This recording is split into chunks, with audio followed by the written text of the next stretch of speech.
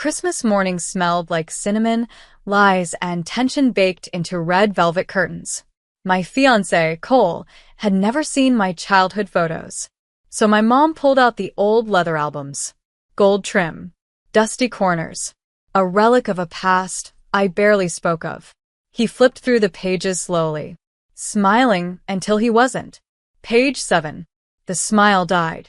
He leaned in, blinked. Then again, slower. And then, don't you see it? His voice dropped to a whisper. Tight. Urgent. I laughed nervously. See what?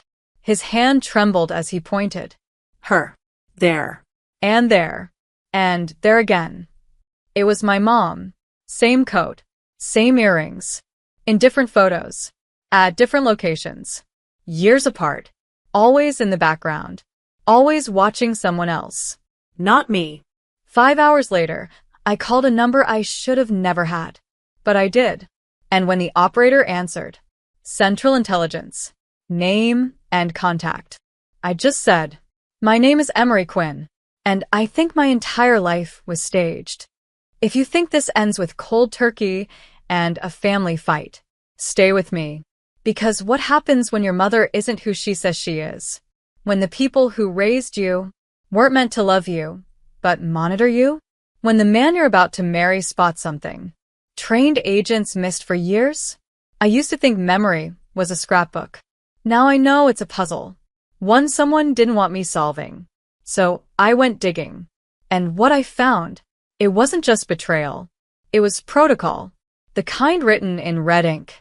The kind that disappears if you blink too hard. The woman on the other end of the CIA line didn't ask many questions. Just two. Is your mother's name Margaret Quinn? And how long have you known? Not if. How long? She asked for a safe callback number. Then disconnected. Cole paced behind me, hands in his hair. Emery, we shouldn't have called them. But something in his eyes said we had to. Something beyond panic. Almost memory. He pointed again to the photo. My dad. That's him. Look. At the fair in '94. But Emery, he said he'd never been to Ohio. There she was. My mom. 2 feet behind his father. I was 2 years old. He wasn't even supposed to be born yet. I stared at the page like it might blink first. It didn't.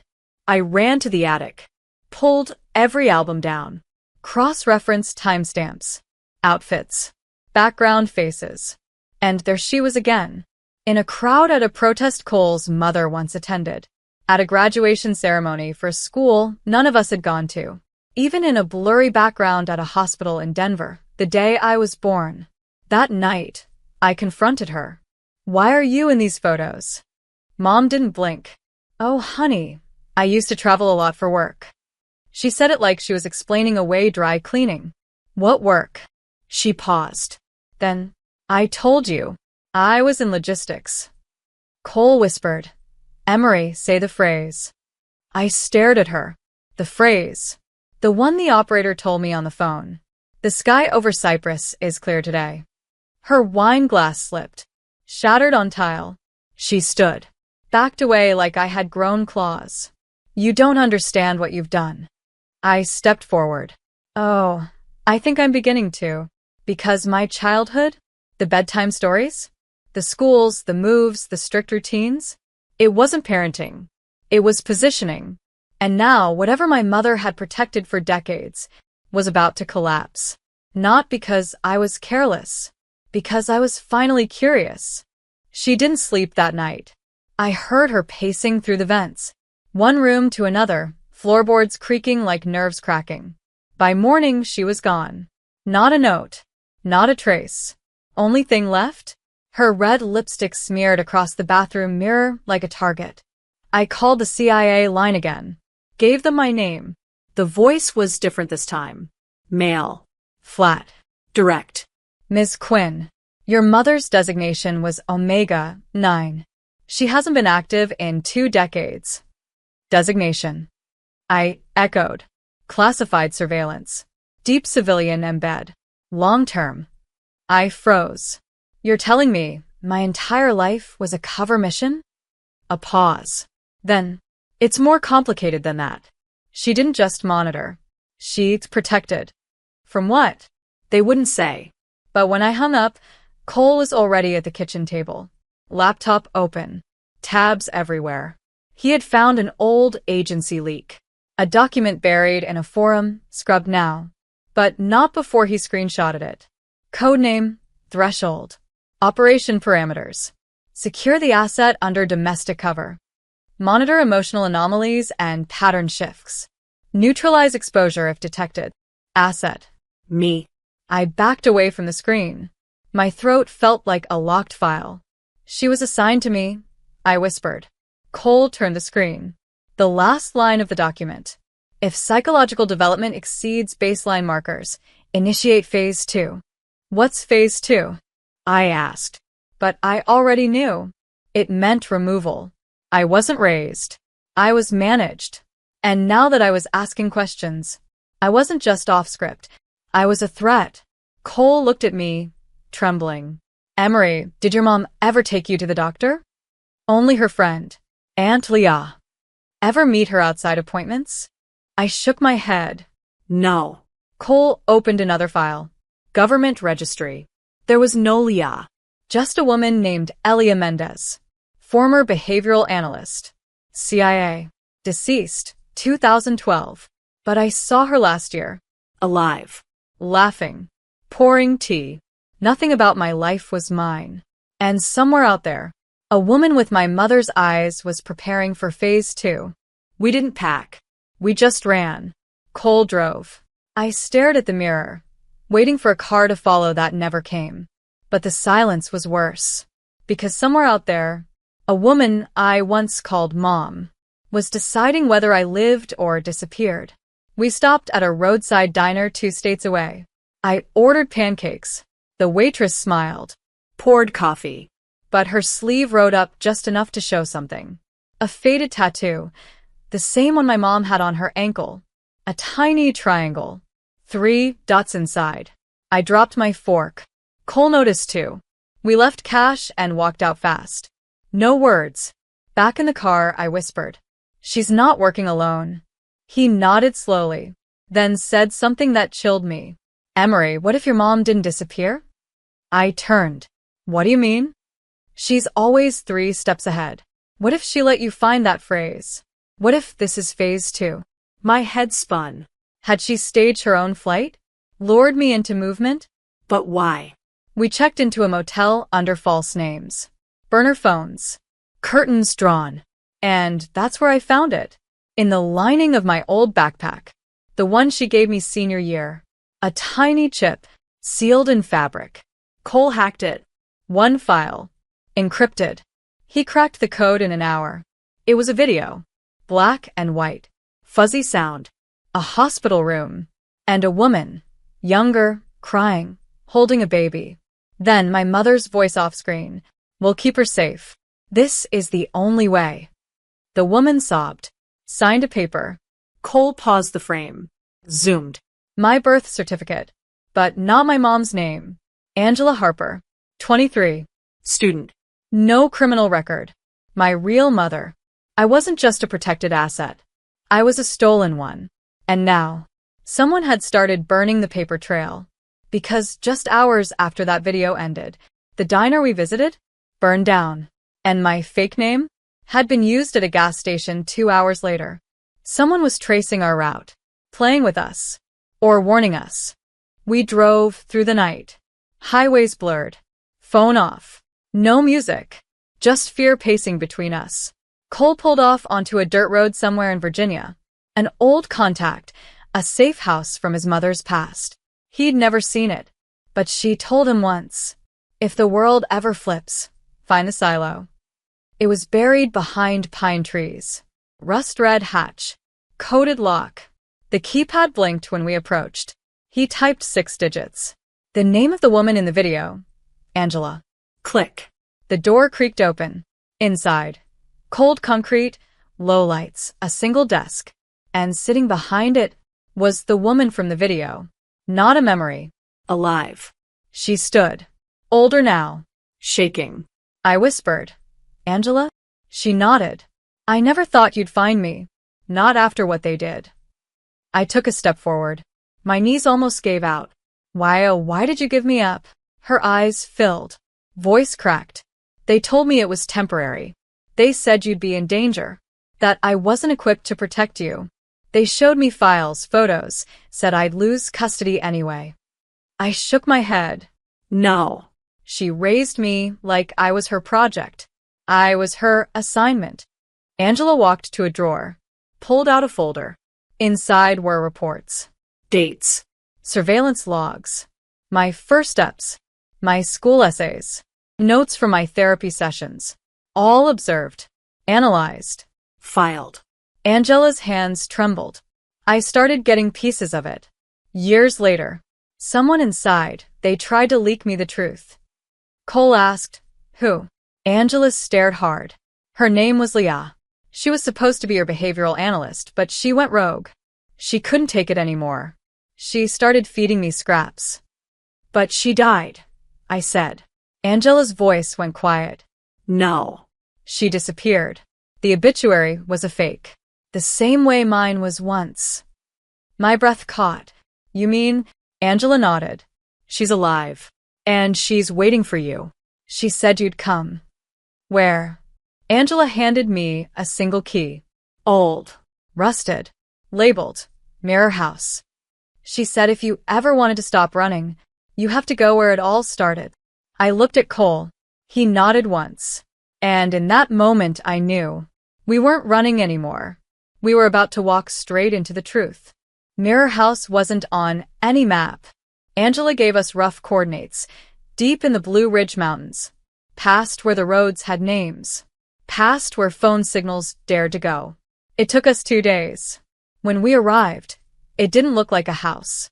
It looked like a memory that had tried to erase itself. A weathered cabin with mirrored glass windows, each one reflecting the forest so perfectly, it felt invisible. I stepped onto the porch. The floorboards didn't creak. It was too precise for that. Cole whispered, "You sure about this?" I nodded. If I die today, I want the truth first. The door opened before I could knock. A woman stood there, salt gray hair in a tight braid, no makeup, sharp eyes. "Emery Quinn," she said. Her voice hadn't aged. It was her. Leah. Alive. "I've been waiting," she said. She let us in. Inside, nothing decorative. Just metal filing cabinets, sealed crates, an old IBM terminal humming softly. She gestured to the walls. Dozens of pinned photos. Me at different ages. With my mother. With others I didn't recognize. But then I saw her. Angela. In the background of at least a dozen shots. Sometimes blurry. Sometimes clear. She'd been trying to stay close. Without being seen. Leah sat down. Folded her hands. "You weren't just a project. You were an experiment." My stomach turned. Experiment. She nodded. After the Berlin protocols failed, the agency ran something called Origin Draft. It was based on the idea that some children, if raised under observation, could become adaptive architects. People who influence systems without realizing it. Cole muttered, "Social engineering." Leah looked at me. "Your mind is what they wanted, but your heart got in the way." I whispered, "So she was never my mom?" "She was your handler," Leah said. "Then who am I really?" Leah reached into her desk, pulled out a birth certificate. Angela's name. My real birth date. But under name, not Emery. Eden. "Your real name is Eden Harper," Leah said. "And the moment you reclaimed it, Phase 3 began." I froze. Phase 3. That's when the asset wakes up. She turned her screen toward me. Live footage. My old house. And stepping out of a black SUV was my mother. She hadn't aged a day. Margaret Quinn, or whatever her name really was, stood outside my old home like it was still hers. She wore a trench coat. Gloves. No expression. But her eyes scanned everything. Every window. Every door. "She's not looking for you," Leah whispered. "She's looking for what you left behind." Cole stared at the monitor. "That's not a woman. That's a directive wrapped in skin." I watched in silence. Until she looked directly at the camera. I flinched. "She sees us," I whispered. Leon nodded grimly. She's telling you you're next. I stood, heart pounding like footsteps down a hallway. Then I'm done watching. I pulled the key from my pocket, the one Angela gave me. Mirror House wasn't the end. It was the door to it. Leah handed me a single black envelope. Inside, a flash drive, a security override code, And a note in messy handwriting. finish what we couldn't. You were never the subject. You were the failsafe. My hands trembled. Leah continued. They built you to comply. But you didn't. You loved. You questioned. You chose. That's why she's coming for you now. Not to erase you. Cole whispered. To rewrite you. The files on the drive? Blueprints. Of my school. My home. Every system I ever trusted. Everything had been designed. Even my childhood friendships planted. Teachers? Screened. Dates? Vetted. But something changed when I met Cole. He wasn't part of the plan. That's when the pattern broke. That's when I woke up. Leah looked at me one last time. If you want to end it, there's only one place left to go. She drew a circle on the map. The Annex. The buried archive beneath CIA training grounds, where failed missions went to be forgotten. That's where the original Eden file was stored. Where Angela first resisted. Where Leah defected. And where Margaret was made. We packed. We left Mirror House before dawn. Leah stayed behind. I hugged her. She whispered in my ear, don't become their blueprint. Become their error. We drove south. And when we reached the gate marked NO entry, trespassers will be prosecuted. Cole turned to me and asked, are you sure you're ready to see the first page of your life? I said, No. but I'm ready to close the last. The Annex sat beneath a forgotten foundation, a decommissioned outpost, swallowed by earth and silence. We entered through a rusted hatch. Code from Leah's note opened the first lock. Cole bypassed the second.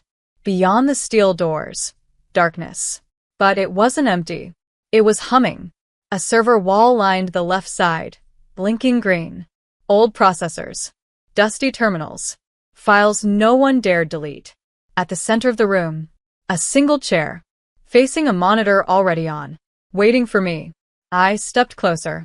The screen flickered, then bloomed into life. A video. My mother sat in front of the lens.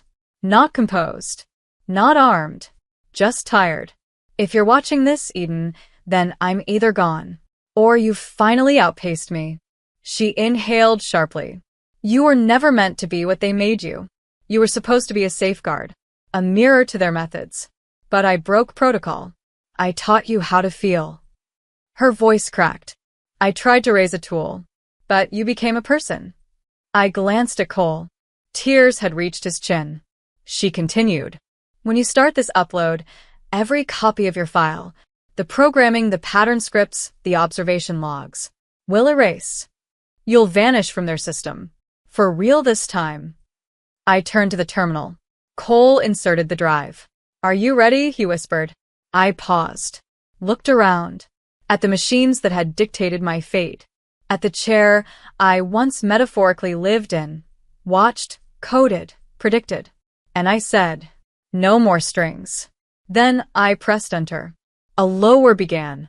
The lights dimmed. One by one. Each file marked Equin/Eden.9 disappeared. Like I never existed. Outside, the wind howled. Cole and I emerged at sunrise. He held my hand like it was made of truth. I didn't have a mother anymore. Didn't have a childhood. But I had a name. One no one else wrote for me. Eden Harper. And I walked into the world not as an asset, but as its glitch. The one error they never saw coming.